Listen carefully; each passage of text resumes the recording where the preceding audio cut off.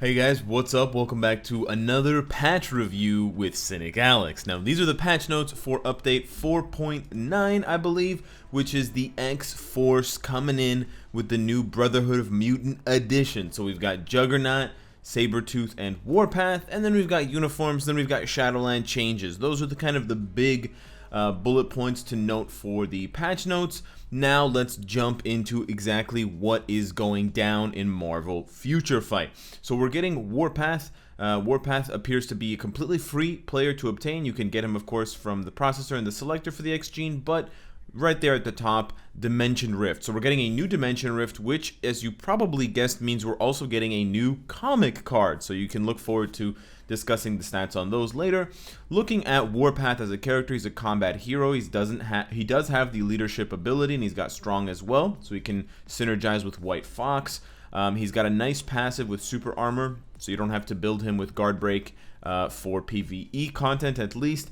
He's also got nice bonuses to crit rate, guaranteed crit rate, and crit damage, so it'll be easy for you to cap those stats and kind of push his damage to higher levels. He's got really nice fracture, he's got lots of bleed and stun, which does go with the character's overall motif, and he's also got two skills with all defense down, gliding, slash, and shadowfall. Now right now they're only going up to -15 on both, but that is with a level 1 skill, so hopefully those will scale up, and then Warpath possibly will be able to do some pretty dank damage in, you know, maybe World Boss Ultimate Proxima. We need a few more clears for that particular stage. I had problems with it yesterday as it was my boss of the day, and it just got annoying after the first 3 clears to actually get solid characters for it. So I'm excited for Warpath. Nothing really jumps out at me as super OP, but that's okay. He doesn't have to be super OP. He can just be a solid character. The only thing he's basically missing would be a heal, but as you'll see, a lot of other characters have that. Then we have Sabertooth. Sabertooth, of course, being a villain, also combat, and he is available in the shop for crystals a la Emma Frost. So it's basically the same premise as that, the same premise as the premium character like Nick Fury, where you can get him at 6 stars from the legendary battle for 2,500 crystals. That's exactly the same way that Sabertooth is offered, and then once you purchase that initial pack, you'll be able to purchase smaller packs to get his biometrics if you want to do that, or you could just use a mega tier 2 ticket from there to immediately finish off his gears and not have to play with RNG. What do you get for Sabertooth? Well, he's got the same familiar pain, he's got the same Weapon X leadership as Wolverine, the decreased debuff, which is just whatever, and then he also has the same healing factor as Wolverine. In addition to that, he's got a very cool always on all defense down, which is very nice. We've never seen this before on a character, so I'm excited to see this in action. But basically it's a cooldown time of 1 second, so just a 50% chance anytime he's attacking to stack up that -7, and now it's got a 10-second cooldown, so you're absolutely going to get that up to -55. There's no way you're gonna lose, you know, however many. Let's say you can only get 1 coin flip. I mean, you can only get 1 attack in every second for the 10 seconds that it's active. You would have to lose 10 coin flips in a row in order for that to happen. So it'll probably happen to me a lot, but it hopefully won't happen to you guys. And so, you know, it'll be cool to see, because at the beginning of the battle, Sabertooth will be doing so much damage, and then after he stacks it up to -55%, which is the max, maybe after 10 seconds or 20 seconds, his damage will spike, and it will stay at that spike. It will kind of jump, and that will be his new kind of damage until you have something long that interrupts him for 10 seconds, like the World Boss Ultimate stage change with the animation when they're powering up, or some sort of long iframe effect, like, you know, Thanos going into the meteor stage, or Ebony Maw going into the kind of purple meteor stage. If that could possibly interrupt him, then it might reset, but otherwise you will see that huge spike in Sabertooth damage, and I think it's really cool. He also has the same increased crit damage effect that Victorious has, so we'll get another character to possibly test this out to see if his crit damage is actually exceeding 200%, and it's got that little visual representation on the numbers. And he also has guaranteed crit and crit damage, so again, very powerful, offensively minded character with heals, looking quite nice. He also has remove elasticity on pretty much all of his skills, He's got incapacitation here, which removes the active buff. But basically on 3 or 4 of his skills, he has remove elasticity. Elasticity doesn't have a lot of uses right now. I think Reed is probably the only character worthwhile mentioning, who's worthwhile of mentioning with it. But we'll have to see how this plays out, if they're going to introduce more characters or if they're going to buff those characters with elasticity and create some sort of mini meta around elasticity and remove elasticity. He's got self buffs and he's got penetration of barrier and shield. Now that's a 40% chance, but that could go up, and it could include other forms of penetration as you level up the skill. Keep that in mind. And additionally, this paralyze could apply to world bosses, a la Deadpool's 4th skill. I'm not saying it will, I'm saying it could. So I'm pretty excited about Sabertooth. I really like his passive. I want to see that in action. And then we've got Juggernaut. Now, all of you hardcore comic book fans are going to immediately be up in arms because Juggernaut is not a mutant. He gets his powers from the mighty Cynicalex. But his brother's a mutant, so whatever. It's somewhere, guys. It's somewhere. Anyways, well, you know what? Marvel Future Fight said, screw it. We need to justify the premium X-Gene subscription because it doesn't have enough good characters. You know, it's got Gambit. So now it's got Gambit and Juggernaut. On the one hand, you're right. It's not true to the comics. On the other hand, come on, guys. They need to justify the sale of the X-Gene subscription. It's not worth it right now compared to the regular subscription, who has really cool characters like Crescent and Io, Ironheart, Kid Kaiju, and Carnage. I mean, come on, guys. Think about it. So anyways, Juggernaut, what does he do? He's got the Blue Marvel All Defense leadership, which we know is kind of shit, but it's okay. He's got 25% all damage received, which I honestly think should be 50%, but at least it's there, which is nice. And he's also got some design strength that make him good, or at least decent by default for ABX, because he's got super armor. He also has a healing factor, although it's not quite as good as you can see as Wolverine or Sabretooth or Deadpool. It's 3.5%, so it's more along the lines of, I think, Gwenpool. And then he also has another buff when his HP goes below 50%, and this one can also trigger multiple times. It only has a cooldown of 1 second, and he gets a self buff. He removes incapacitation, and he also becomes immune to mind damage for 5 seconds. So they did kind of work in his armor and the protection, especially for his head, a la Magneto, that gives him that kind of defensive buff. So I like that. I think it's cool. I don't really see a lot of situations in which you're going to be fighting one-on-one with a Scarlet Witch or an Emma Frost or a Psylocke, but in timeline battle it could happen. And although you have the disadvantage of blast versus combat, you've got the mind damage immunity, which is kind of cool if you're not using a debuff leadership. I think it's nice. It's flavor, guys. It's flavor.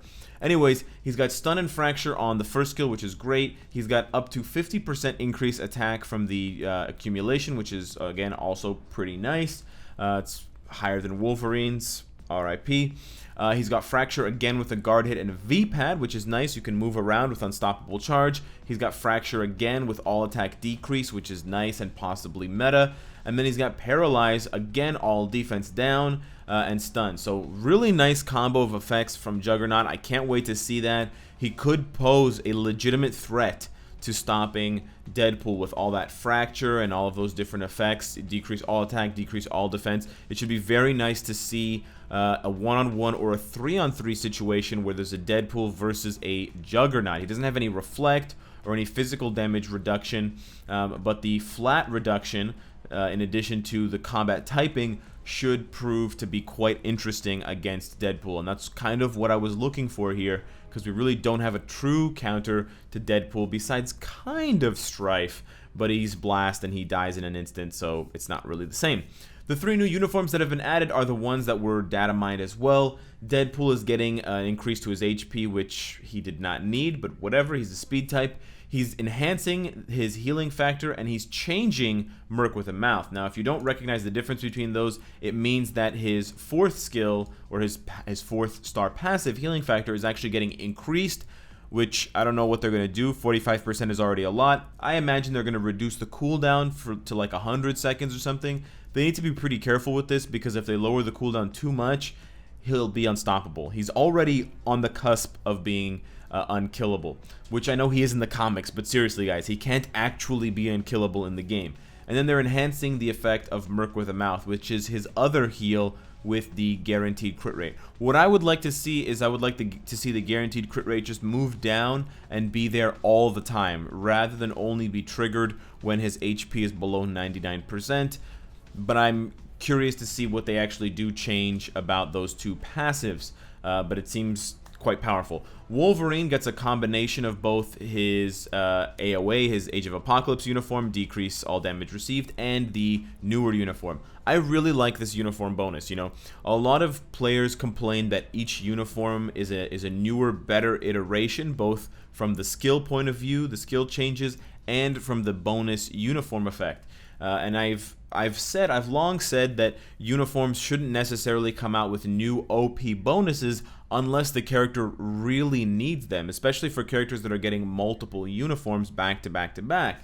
You know, it'll just feel really awful that this one new uniform is clearly better for every single reason. Now, skill effects can make sense from a thematic point of view because the character has kind of advanced their learning. So you've got Captain America, you've got Infinity War, he's got these two Wakandan shields. It makes sense that he becomes more offensively minded because he had to stave off this, you know, attack from the Chitauri when they come through the shields. It makes sense compared to some of his other uniforms where it's just the one Captain America shield and it's more defensive. But otherwise, I think it's good, and I think it does sort of negate the accusations of just straight up power creep. Of course, everyone's going to purchase this uniform no matter what, but I do appreciate the fact that we at least got that decrease all damage received back, because that was my biggest frustration with his Marvel Now uniform.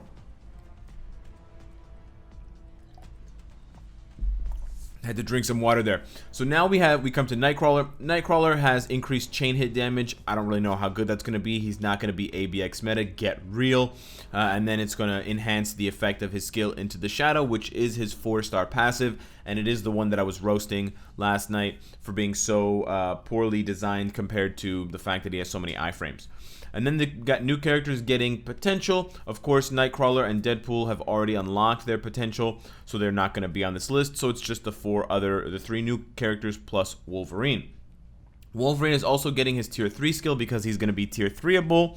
The skill itself, the animation looks quite cool. I really do like the slashes. Beautiful. As far as the actual effects, now again, we don't know the damage, so we're going to have to wait and see what the damage numbers are like. I do appreciate the all defense down. I think it's nice, and 10 seconds is a long time, which is really, really good. The accumulation is nice, but then you realize that it's 1%, which means it can only go up to 10%. So he has a 10% damage buff, which is pretty useless. Well, not useless, but it's pretty small. I should say meager. He's got a 6-second immunity, which is nice. He's got an 80% chance to penetrate for 6 seconds, which is also quite nice. It's kind of the highest. I think it's the highest penetration chance, and it's quite one of the longest ones for 6 seconds. So we'll have to see just how powerful the skill effect is. But it's got some good stats and some sort of so-so stats. And then we've got the Shadowland changes, and I've seen some mixed reactions to this, but I personally really like this new Shadowland because it's Infinite Shadowland. Say it with me now, Infinite Shadowland. That's right.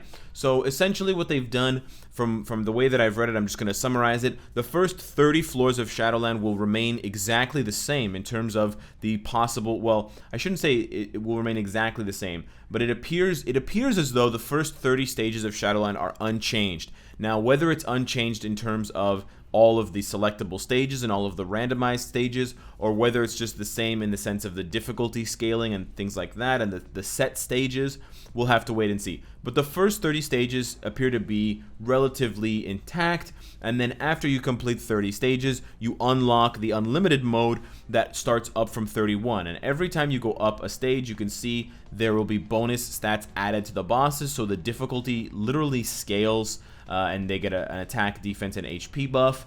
And you can continue going up as long as you're using 6-star and tier 2 characters. So of course my suggestion, and I'll have tons more for you, but use all of your 5-star and under characters on stages 1 to 30. And you'd probably be doing that anyways. You wouldn't save any of those characters for stages beyond 25 because tier 1 characters cannot do stages beyond 24 unless they have summons like Sentinel.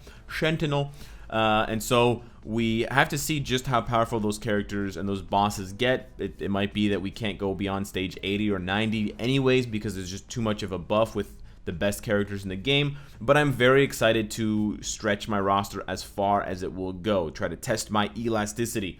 And the rewards are, drumroll please, random. Exactly, guys. So basically what's going to happen is after stage 30, for stage 31 and up, you're going to obtain Shadowland coins, and your Shadowland coins will be given in relation to the number of remaining characters after the stage is cleared.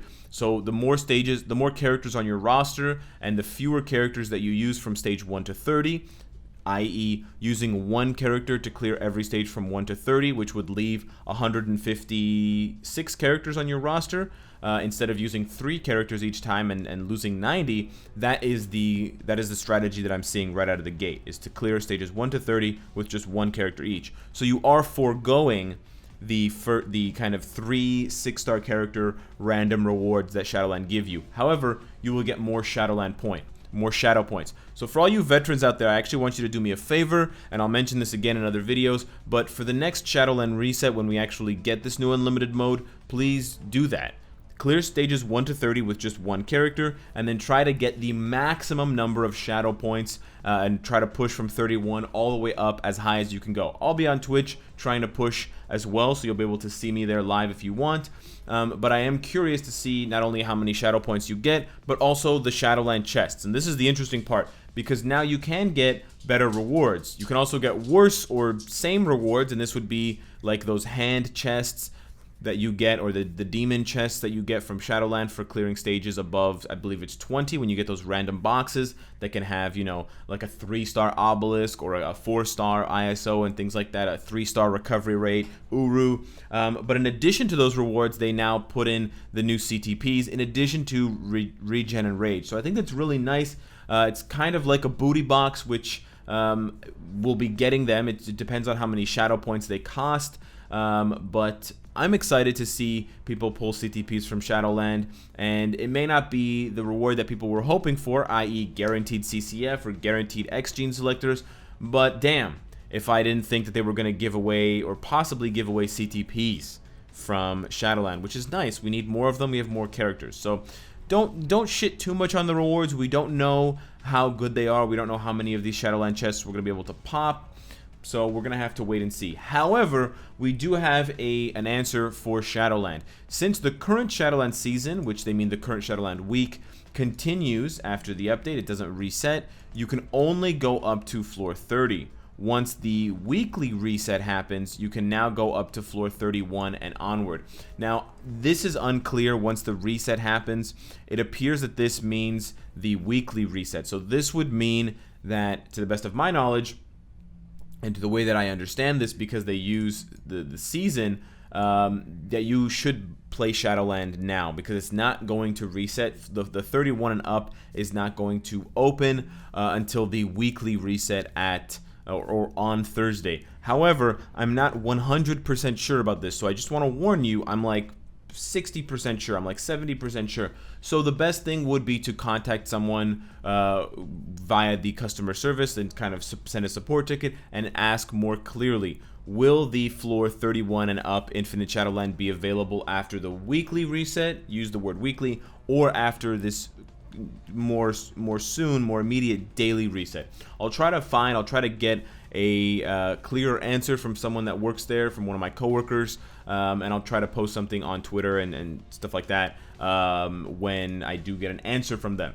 And then we're getting new uniform collections. We're getting 2 X-Force ones with some of the new uniforms and some of the existing uniforms like Colossus, and I think that it looks like Cable and Phantom X kind of side by side. It looks like they're the same person, but that's Cable back there.